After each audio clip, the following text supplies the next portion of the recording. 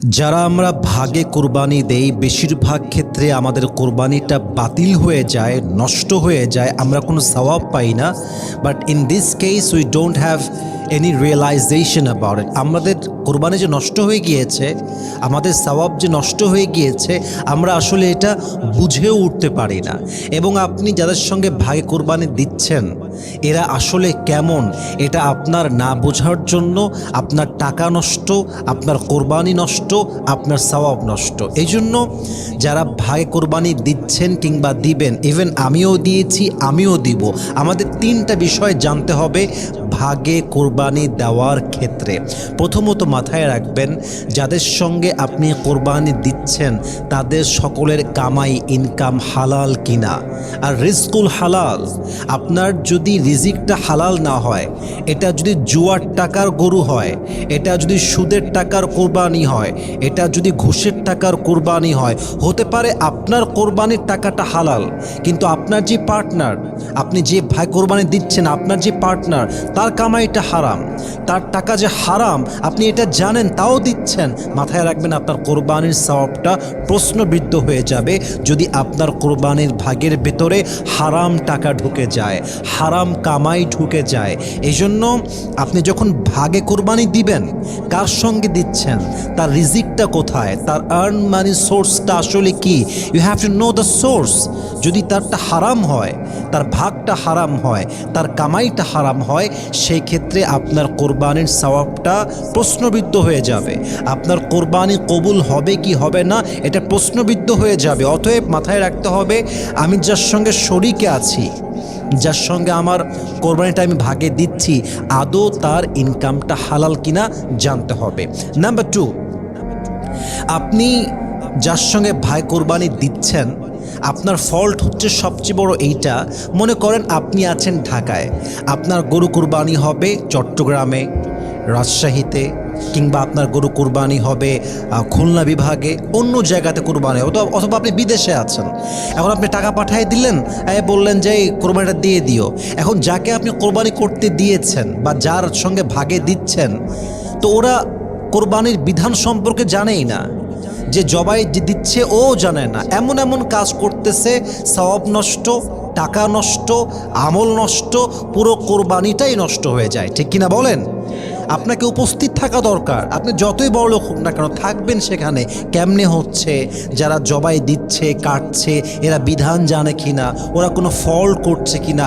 কোরবানি যখন আপনি দিচ্ছেন, গরুকে জবাই দেওয়ার ক্ষেত্রেও এমন ভুল আছে, এই একটা ভুলে পুরো কোরবানির সওয়াবটাই নষ্ট হয়ে যায়। পশুকে জবাই করা হয় না, হত্যা হয়ে যায়। অতএব মাথায় রাখতে হবে, আপনি জাস্ট ভাগে টাকা দিয়ে দিবেন, আপনি যাদেরকে দিলেন তাদের আসলে ইসলাম সম্পর্কে ধারণা আছে কি না, তারা ইসলামের প্রভিশন জানে কি না, বিধান জানে কি না, এটা আপনাকে পরিপূর্ণ নিশ্চিত হতে হবে। তবে আপনার কোরবানি কবুল করতে পারে একজন, তিনি কে? অতএব মাথায় রাখবেন, যাকে তাকে ভাগে নেবেন না, আর যার তার সঙ্গে ভাগে যাবেন না। এমন কোনো ব্যক্তিকে যদি আপনি দায়িত্ব দেন যার কোনো ধারণাই নাই, যার কোনো বিধান সম্পর্কে আইডিয়াই নেই, আপনার টাকাও নষ্ট, কোরবানিও নষ্ট। Number 3, this is most important, আপনি যাদের সঙ্গে কোরবানি দিচ্ছেন তাদের নিয়তটা আসলে কেমন। আর নিয়তুল ফাসেদা, নিয়ত যদি নষ্ট হয়ে যায়, আমলটা কিন্তু নষ্ট হয়ে যায়, আপনার কোরবানিটা প্রশ্নবিদ্ধ হয়ে যাবে। ইন্নামাল আমালু বিন্নিয়াত, আপনার আমলের সওয়াবটা কি হবে, এটার রেওয়ার্ড কি হবে, এটা ভাগ করা হবে বেসড অন ইওর ইন্টেনশন।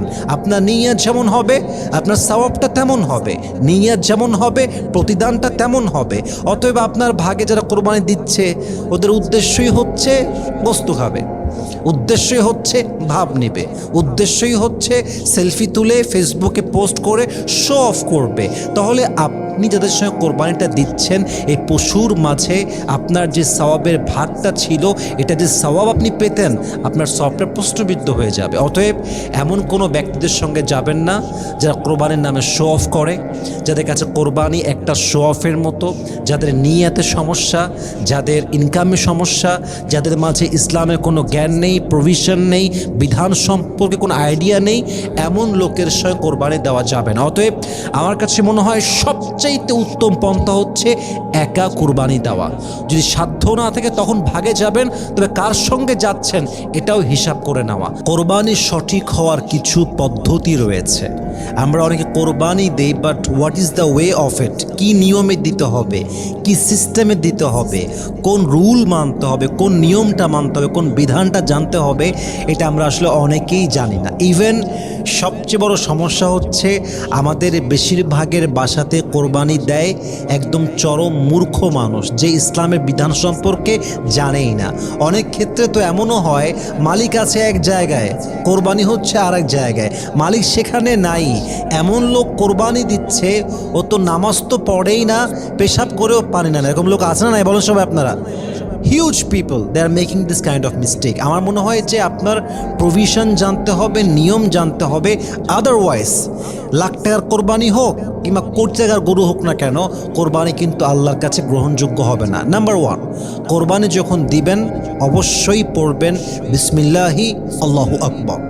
আপনি যদি আল্লাহর নামে কোরবানিটা না দেন, আপনি যদি এটা পাঠ না করেন, আপনার কোরবানিটা কবুল হওয়া প্রশ্নবিদ্ধ হয়ে যাবে, আপনার সওয়াবটা প্রশ্নবিদ্ধ হয়ে যাবে। অতএব মাথায় রাখতে হবে, অবশ্যই আপনি যখন পশু জবাই দিচ্ছেন, হতে পারে ছাগল, হতে পারে গরু, যাই হোক না কেন, অবশ্যই তখন পাঠ করবেন বিসমিল্লাহি আল্লাহু আকবার। Number one. নাম্বার টু, আপনি যখন পশু জবাই দিচ্ছেন, একটা নিয়ম হচ্ছে তাওজিহুল কিবলা। এটা হচ্ছে কোরবানির পদ্ধতি, যে পশু এবং কোরবানির ব্যাপারটা হচ্ছে কেবলামুখী হয়ে করতে হবে। অনেকে আমরা বুঝি না, যেদিকে আমরা মন চাই ওইদিকে করে ফেলি, বাট এটা কিন্তু সুন্নতের পদ্ধতি নয়, এটা কিন্তু কোনো নিয়ম কিংবা রুলের মধ্যে আসে না। অতএব অবশ্যই কোরবানি করতে হবে তাওজিহুল কিবলা, কেবলামুখী হয়ে। নাম্বার থ্রি, কোরবানিটা করবেন ইহসানুল যাবহি।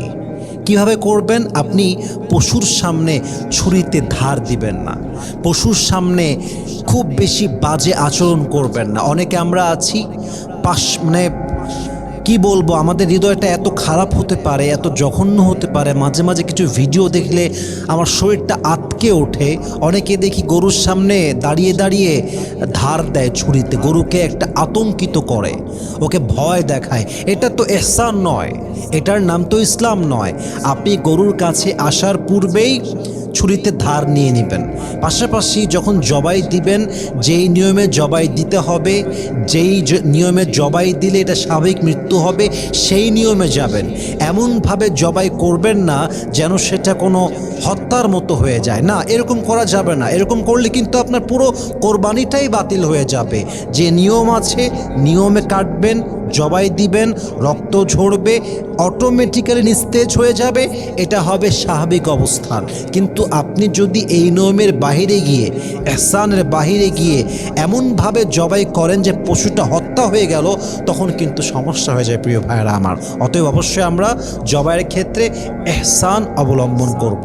4 নাম্বার বলতে চাই, গরুর গোস্ত তথা কোরবানির গোস্ত নিজে খাওয়া সুন্নত। অনেকে আমরা ভাবি যে আমি কেন খাবো, আত্মীয়রা খাবে, গরিবরা খাবে, তা না। কোরবানির গোস্ত নিজে খাওয়া এটা রসুলের একটা বড় সুন্নত। আল্লাহ আমাদের সবাইকে পদ্ধতিগুলো মানা, বোঝা এবং আমল করার তৌফিক দান করুন সবাই, আমিন।